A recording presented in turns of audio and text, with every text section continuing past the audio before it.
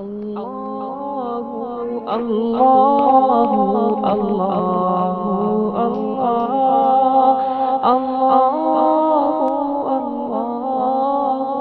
اللہ اللہ۔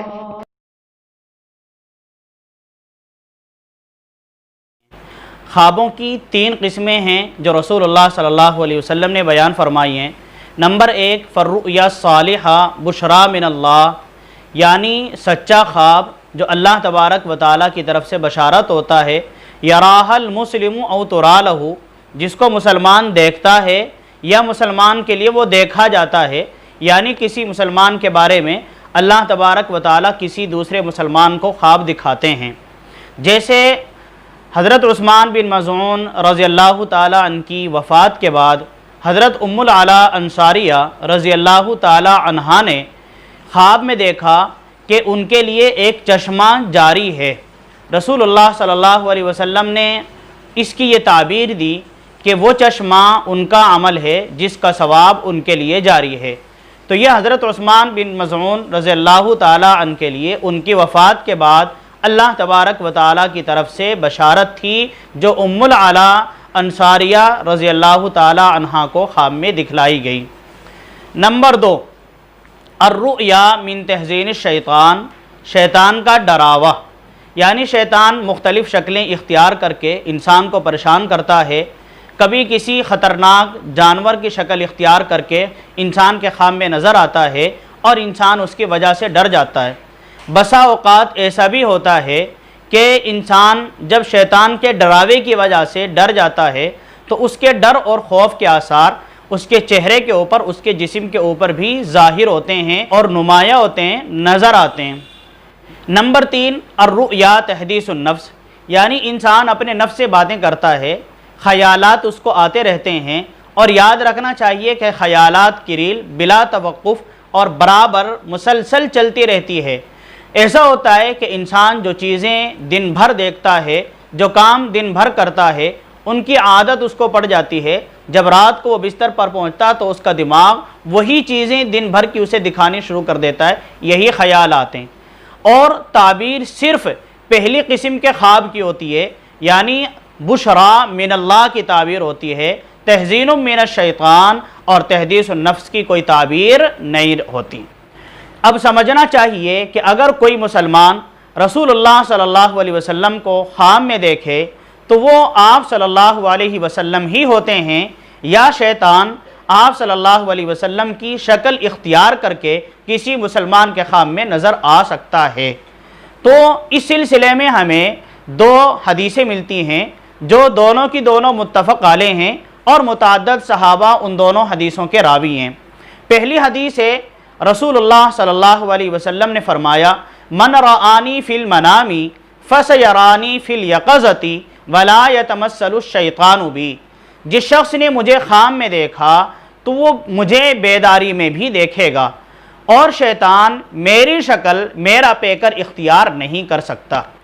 اس حدیث کا تعلق رسول اللہ صلی اللہ علیہ وسلم کی حیات طیبہ سے ہے، یعنی جب آپ صلی اللہ علیہ وسلم بقید حیات تھے، اگر کوئی مسلمان اس وقت رسول اللہ صلی اللہ علیہ وسلم کو خواب میں دیکھ لیتا تو اس کی تعبیر یہ تھی کہ وہ ضرور رسول اللہ صلی اللہ علیہ وسلم کو بیداری میں بھی دیکھ لیتا،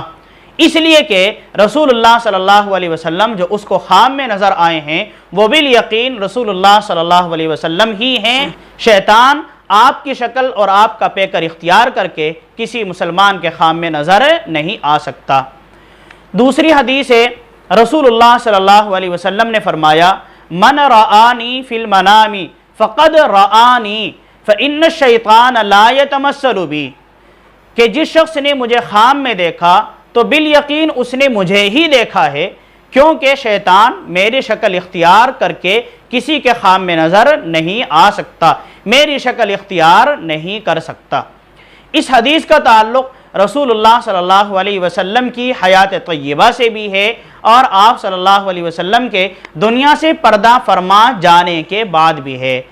بعض متقدمین کی رائے یہ ہے کہ اگر کسی مسلمان نے رسول اللہ صلی اللہ علیہ وسلم کو خواب میں دیکھا ہے تو اگر اس نے آپ صلی اللہ علیہ وسلم کو آپ کی آخری زندگی کے حلیے میں دیکھا ہے تو اس نے بالیقین آپ صلی اللہ علیہ وسلم ہی کو دیکھا ہے، اور اگر آخری زندگی کے حلیے سے پہلے والے حلیے میں دیکھا ہے تو اس نے رسول اللہ صلی اللہ علیہ وسلم کو نہیں دیکھا۔ چنانچہ وہ حضرات خواب بیان کرنے والے سے آپ صلی اللہ علیہ وسلم کے حلیے کے بارے میں معلوم کرتے تھے، اگر وہ آخری زندگی والا حلیہ بیان کرتا تو اس کی تصدیق کرتے تھے، ورنہ اس کی تصدیق نہیں کرتے تھے۔ بعض متقدمین کی رائے یہ ہے کہ اگر کسی مسلمان نے رسول اللہ صلی اللہ علیہ وسلم کو آپ صلی اللہ علیہ وسلم ہی کے حلیے میں دیکھا ہے، خواہ آخری زندگی والے حلیے میں دیکھا ہو یا پہلے والے حلیے میں دیکھا ہو، تو اس نے بالیقین آپ صلی اللہ علیہ وسلم ہی کو دیکھا ہے، اور اگر آپ کے حلیے میں نہیں دیکھا تو اس نے آپ صلی اللہ علیہ وسلم کو نہیں دیکھا۔ اور متاخرین کی رائے یہ ہے کہ کسی مسلمان نے رسول اللہ صلی اللہ علیہ وسلم کو جس حلیے میں بھی دیکھا ہے، چاہے اس نے آپ کی آخری زندگی کے حلیے میں دیکھا ہو یا آپ کی آخری زندگی سے پہلے والے حلیے میں دیکھا ہو یا اس حلیے میں دیکھا ہو جو آپ صلی اللہ علیہ وسلم کا حلیہ تھا ہی نہیں بلکہ کسی نامناسب حلیے میں بھی دیکھا ہے، اور قرائن سے اسے یہ بات معلوم ہو گئی ہے کہ اس نے رسول اللہ صلی اللہ علیہ وسلم ہی کو دیکھا ہے، تو بالیقین اس نے آپ صلی اللہ علیہ وسلم ہی کو دیکھا ہے، اس لیے کہ آپ صلی اللہ علیہ وسلم نے خود فرمایا ہے کہ شیطان میری شکل اختیار نہیں کر سکتا۔